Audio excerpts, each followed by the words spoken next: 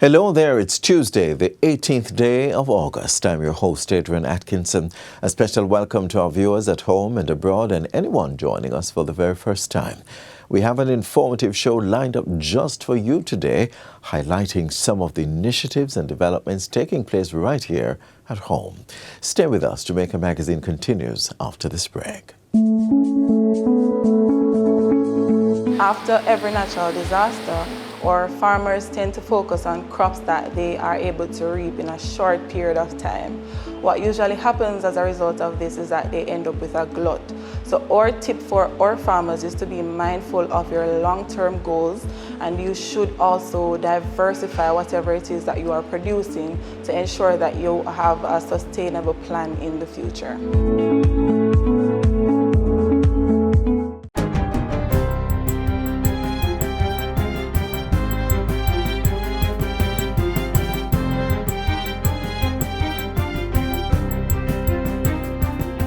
Good day, I'm Jabertha Atkinson, and this is your JIS News for Tuesday, August 18, 2026.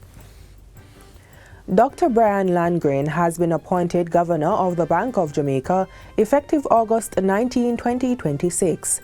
He will succeed Richard Biles, whose term ends on August 18.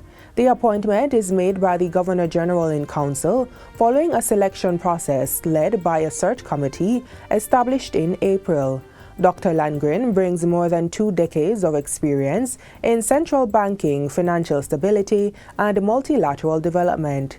He has held senior leadership roles within the BOJ in financial stability and economic research. He has also served as a financial stability advisor at the Caribbean Regional Technical Assistance Center, CARTAC. In welcoming the appointment, Minister of Finance and Public Service Fayetteville Williams says Dr. Landgren's expertise in monetary policy, financial stability, innovation, and regional and international cooperation will serve Jamaica well. Dr. Landgren has expressed his commitment to advancing sound monetary and financial policies at the central bank. 2 families in St. Anne received keys to their brand new homes courtesy of the new social housing program NSHP on Friday. They are Pauline Johnson, who is disabled and her situation made worse when fire engulfed her home, and Nikisha Gohagan, a single mom living in destitution. Prime Minister Dr. Andrew Holness praised the program for transforming lives. He also used the opportunity to address concerns surrounding plaques being placed on the houses delivered under the program. The indignity is not the plaque. The indignity is not having a house. And it is quite dignified for the government, with your tax dollars, having done something as significant as this, to market for the community to see, to challenge the view that government does nothing, or nothing has ever been done by government. It is a false notion that must be challenged every time. Meanwhile, Prime Minister Dr. Andrew Holness says the government will develop a program to address informal communities as part of measures to prevent further squatting. In the same way we have developed this program, which every week I'm delivering a house to someone who is in need, a social house to someone who has a social challenge. It is the same way that we will develop a program to address squatter communities, irregularly settled communities, formalize them, regularize them, and prevent further squatting and informal settlement. According to Dr. Holness, the government will be very clear in whatever approach it takes to address this issue, leaving no room for ambiguity. We have to speak straight about it. Squatting is wrong, informal settlement is not encouraged, but yes, every single Jamaican should have equal opportunity to get access to land and housing. But whatever our response is, we have to be careful that we don't set a precedence that is not sustainable. The Prime Minister was speaking on the heels of the unfortunate demolition of homes in Cooper's Pen, Trelawney recently. The government has since mobilized support for the families that were displaced, and Dr. Holness says he will speak further on the matter. In other news, having received numerous complaints on the number of books and costs associated with school book lists, Prime Minister Dr. Andrew Holness says the government is moving to address these and other concerns. Complaints also include instances where books are hardly used and cannot be reused because of revisions made the following year on the book list. Dr. Holness asserts that measures to be taken will focus on reducing unnecessary costs to parents and ensure that families receive greater value from expenditure on educational material. We have to consider the impact of every dollar that we spend on education. What is the value of the book if it is not read, if it is left in the knapsack untouched? If it can't be passed on to somebody else to get value from it? These are all valid questions that should be asked, and as a government we must answer them. So I'm certain that the Minister of Education is looking at this matter. So I want to say to the parents who will be listening to this that your cries and complaints are heard and they will be addressed. Dr. Holness points out that similar efforts had been undertaken during his tenure as Minister of Education, but says sustained oversight is required to prevent systems from reverting to practices that impose unnecessary costs on families. The Prime Minister is also raising concern about the influence of vested commercial interests on the selection of books. There are special interests that are vested in ensuring that particular books end up on book lists and that they are sold even if parents don't use them. But I think all of this has to be rationalized if we're going to get the full value out of every dollar that is spent on education. Dr. Holness was speaking at the Office of the Prime Minister and the Cabinet PEP Awards ceremony last Thursday. And finally, rehabilitation works at several schools in southern Trelawney are nearing completion ahead of the September reopening, with Wilson's Run Primary now 80% complete. State Minister of Education, Skills, Youth and Information, Rhoda Moy Crawford, provided the update recently during the second day of Region 3 site assessment tours. The visit included Albert Town, Warsop and Wilson's Run Primary Schools. Minister Crawford says she's particularly impressed with the progress at Wilson's Run, where contractors and National Education Trust project officers have been working closely to accelerate the repairs. And we're very happy the work is 80% completed. We have been assured that within another 2.5 weeks, we will be at full completion. The works include re-roofing, refencing, repainting, installation of rails and rehabilitation of the school's guttering system. Meanwhile, Warsop Primary is 95% complete, with re-roofing, walkway painting and refencing among the works undertaken. There are works at Albertown Primary that I'm very pleased with. For example, the actual roofing, the electrical work undertaken, the installation of new ceiling fans, new lighting system, but we still have some work to do at Albertown Primary, and we have gotten some commitment that work will advance next week. And that's it for JIS News Today. I'm Jabertha Atkinson. Thanks for watching.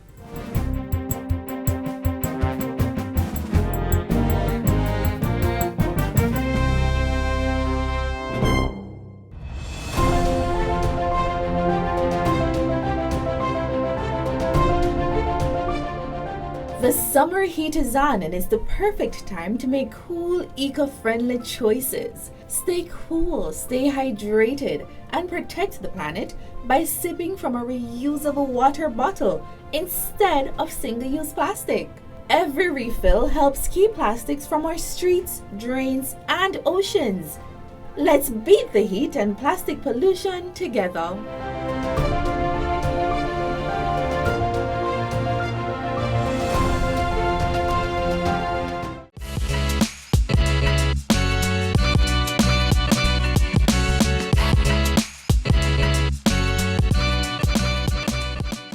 Let's now head over to Jamaica House for a weekly roundup of the key events and developments on the Prime Minister's agenda over the past few days.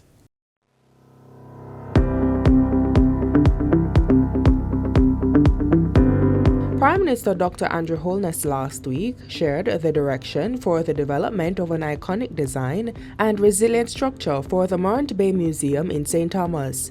In a meeting with the Chase Fund and other stakeholders, Dr. Holness insisted that the museum must show who we are as a people, what we fought for, and where it has brought us to. He said the building must be inspiring, give a feeling of achievement, and tell the story of accomplishment from the struggles of our fight. What we want is for Jamaicans to go to that museum. We want our Heroes Day celebrations to be there. We want that to be a destination for homecoming, for people coming back to Jamaica to say, this is where we're going. In other words, the museum could become, the idea should become, an anchor attraction and form a main plank of the economy of Morant Bay. So when you're doing it, you have to be thinking about how will this museum generate other activities. The Prime Minister explained that the vision was for creating a new tourism destination on the southern coast of the island. The Morant Bay Museum is one of many to be constructed across the island. We intend to do one in Port Royal, which will deal with the issue of slavery. We intend to do one in Seville. So we want to do maybe 4 or 5 museums, but they all should tell a different part of the Jamaican story. On Thursday, Dr. Holness engaged members of the Jamaica Hotel and Tourism Association (JHTA) to address concerns of the sector. The meeting also included the Ministers of Tourism and Finance. Among the issues raised were tourist harassment, sanitation of public spaces, food supply chain, pending tax increase, road conditions, and aging infrastructure. Dr. Holness welcomed the concerns and solutions and gave the assurance of support to protect the sector and brand Jamaica. These are matters that you have raised and which have come to my attention before, but you have now raised them with renewed vigor. And we are also, from our end, looking at how to bring solutions to these problems. He also highlighted measures already taken by the government to address some of the issues. Mr. Bartlett has launched the Jamaica First campaign, which is very important. We should be growing all the food for tourism. As much of the furniture should be made here. As much of the facilities should be owned by Jamaicans. And we should seek to have long-term supply contracts in place to benefit Jamaicans, and particularly in the transportation industry. We are in a better position today than we were for the last 50 years to properly address the infrastructure issues. We have taken, you have used the word intentional, I'm going to use another word, instrumental approach to rebuilding our towns and our cities. There are several proposals that are on the books. We will discuss them further. Prime Minister Holness has congratulated Oliver Mayer on his appointment as Consul General to New York. Mr. Mayer was previously the Consul General to Miami, and Dr. Holness has commended him on doing very well in that role. Jamaica is blessed to have Consul Generals right across the world, and they all do very well. And I think you exemplify this. Thank you. Now you're moving to New York, which is a bigger area of responsibility. How are you feeling? I'm excited. It's a bittersweet moment. I've had a very good run in Florida. We covered 13 states, and the community is extremely supportive over the last 7.5 years. But I'm equally excited to work with the community in the Northeast, and they've already started to reach out to me. I'm looking forward to working with them. It's a much bigger mission, 33 states. our largest Jamaican diaspora community in the world. So it's an honor to serve the team there, serve Jamaica. Prime Minister Holness was also introduced to the new chairman of Jamaica Broilers, Gregory Shirley. The baton was passed to him by Robert Levy, who retires from the post. Everybody knows Jamaica Broilers and all that they have done, both on the commercial end and as from their civic duties as good corporate citizens. So I'm happy to meet you, Mr. Shirley. Welcome. Good. Dr. Holness was in St. Anne last week for the handover of 2 brand new 3-bedroom homes under the new social housing program. Both families have suffered a series of unfortunate events that have displaced their families. The Prime Minister says seeing a family step into a safe, comfortable and permanent home is a feeling that never gets old. The program has been going very well. Almost every week I have a house to hand over or 2, and if this program is continued in perpetuity, we estimate that there are about 6,000 or so households that are in this position of the extreme, and we will be able to address them. Dr. Holness says every home delivered under the NSHP is a testament to what can be achieved when we work together for the upliftment of all Jamaicans. The program, through the contribution of taxpayers, has been restoring dignity, building hope, and changing the lives of vulnerable citizens. Have a healthy curiosity. Be inquisitive, ask questions, pursue knowledge because it is good to know. Words of encouragement from Prime Minister Dr. Andrew Holness to PEP achievers who are advancing to secondary school in September. The young achievers are children of staff members of the offices of the Prime Minister and the Cabinet. They were given grants to recognize children who are successful at the primary exit profile examination.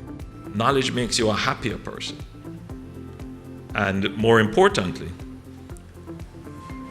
use the knowledge that you're going to gain for the betterment of yourself, your family, and your country. We know the high school journey will come with its own set of challenges, but we are assured that with you by our side and with God as guide, there's so much more we will achieve. From the PEP awardees of 2026, a big thank you. And finally, Prime Minister Holness expressed condolences to the government and people of Colombia during this difficult time as they deal with the loss of lives and destruction in parts of the country. The devastation was caused by a 7.4 magnitude earthquake on August 10. Dr. Holness says he's deeply saddened and extends prayers to the families who have lost loved ones, adding that Jamaica stands in solidarity with the people of Colombia and all those affected. And that's it for Jamaica House Weekly. Be sure to join us next time for more of the news stories coming out of the office of the Prime Minister.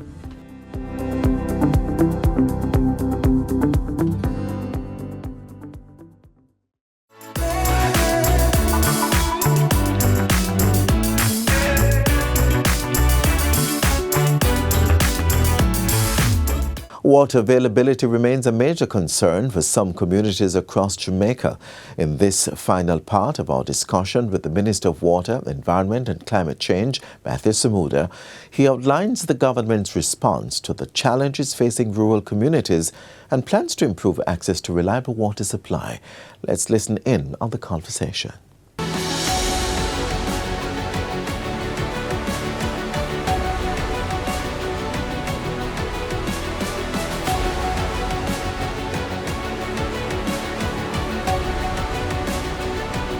Welcome back to this ministerial update with Minister of Water, Environment and Climate Change, Matthew Samuda. Now, Jamaicans in rural Jamaica sometimes feel that they're being ignored, and Minister Samuda mentioned Clarendon just before the break. Now, you are implementing what you call the Western Water Resilience Project. Which areas will benefit from this project and when? Well, the Western Resilience Water Project, rather, will see development from St. Anne, going all the way west to the west end of Negril, and it will pretty much address the entire northern belt of that corridor.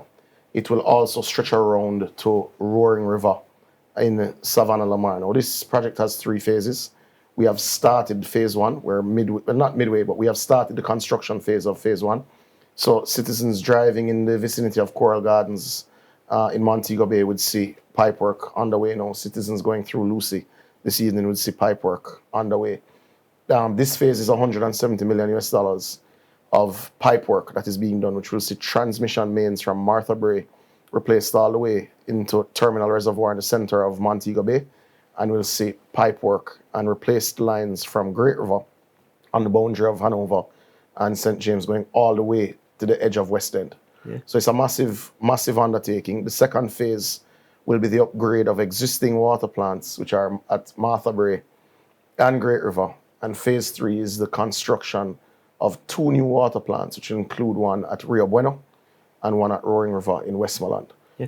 There are other projects happening for other parts of the island. What are the plans to improve the water situation in other areas of rural Jamaica? Well, when we were talking about storage, I would have mentioned Rock River briefly. We will be building a new dam and associated reservoir in Rock River, Clarendon, that will significantly improve water availability from Rock River moving west into Moko and moving south all the way down to Mineral Heights through Maypen. So you'll finally have the sort of storage that Clarendon requires. But outside of that, we have an integrated water project that will be executed by Rural Water Supply Limited, which we expect to get to procurement before the end of the calendar year, which will see 6 major rural systems developed.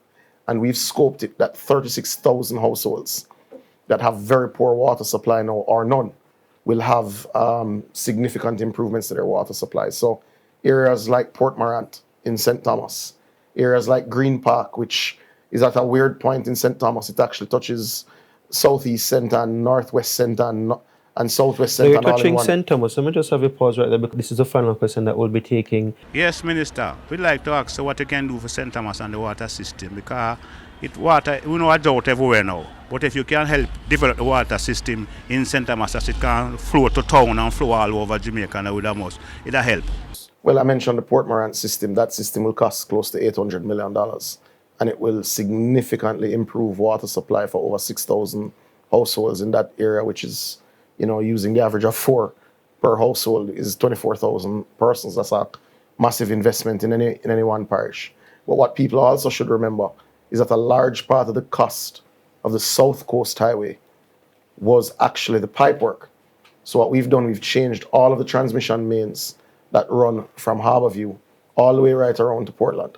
So on a line that used to lose 75% of the water that went into it, now no longer has leaks. That's a massive change already to the water supply for those who live in proximity to the coast.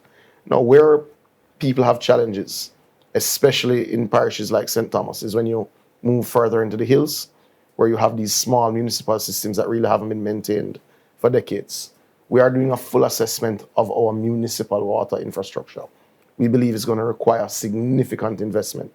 But firstly, we've acknowledged the problem. We're doing the assessment, and very soon I'll be able to speak to what the next steps are. Yeah, I mean, as we wrap up now, you mentioned earlier that the fines aren't as punitive as they need to be, and so it's more or less moral suasion. But what more, if anything, do you say to Jamaicans now in this current situation that we have to have this prohibition order? I went to Postcab, I think 6 or 8 weeks ago, and we said to the Jamaican people, we're not getting enough rain. We're going to have challenges. Please conserve. We've now come back to the Jamaican people to say the forecasts were right. We've had less rain than expected. And the situation, though not yet dire, is indeed serious. It is within our power to use less water. If you have a leaky pipe, a leaky toilet in your home, have it fixed. When you're brushing your teeth, you don't need to run the water until you're finished. We're all a little carefree with the use of water in times of plenty. No, it's not the time to be carefree. We're simply saying to Jamaicans, the El Niño phenomenon is a once-in-a-century level of intensity. The drought that we're experiencing is not your normal drought. We've brought you into our confidence. We've told you before it reaches crisis levels that we need to adjust now to delay the prospects of it reaching to crisis levels. We've been upfront and honest. We ask for their support. ultimately Jamaicans can achieve anything when they put their mind to it. So if we work together, we'll get through this particular issue. All right. Well, thank you so much for joining us here on this special ministerial update, Minister of Water, Environment and Climate Change, Matthew Samuda. And thanks to you at home, or wherever you are as well, for watching us here on the JIS. On behalf of the entire production team, pleasant viewing.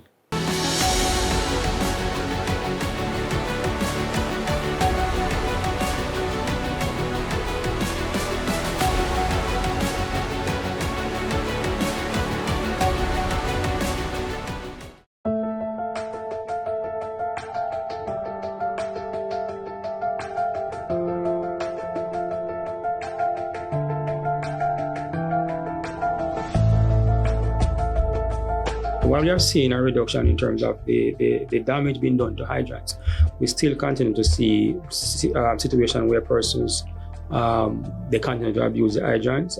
And so we want to encourage persons not to abuse the hydrants, to make sure that they protect them. If they're on your street, and if you're in doubt whether or not they're working, you need to contact us so we can come and do a test of that hydrant to make sure that it's properly working. For hydrant maintenance concerns, contact the Jamaica Fire Brigade nearest you or call 876-878-4642, 876-858-0459, or 876-276-6671.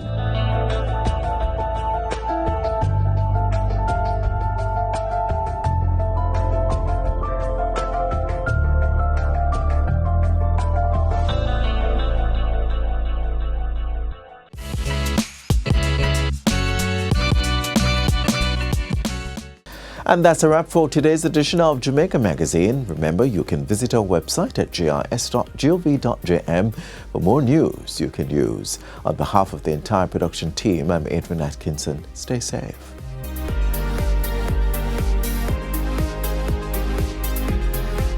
This has been a production of the Jamaica Information Service, the voice of Jamaica.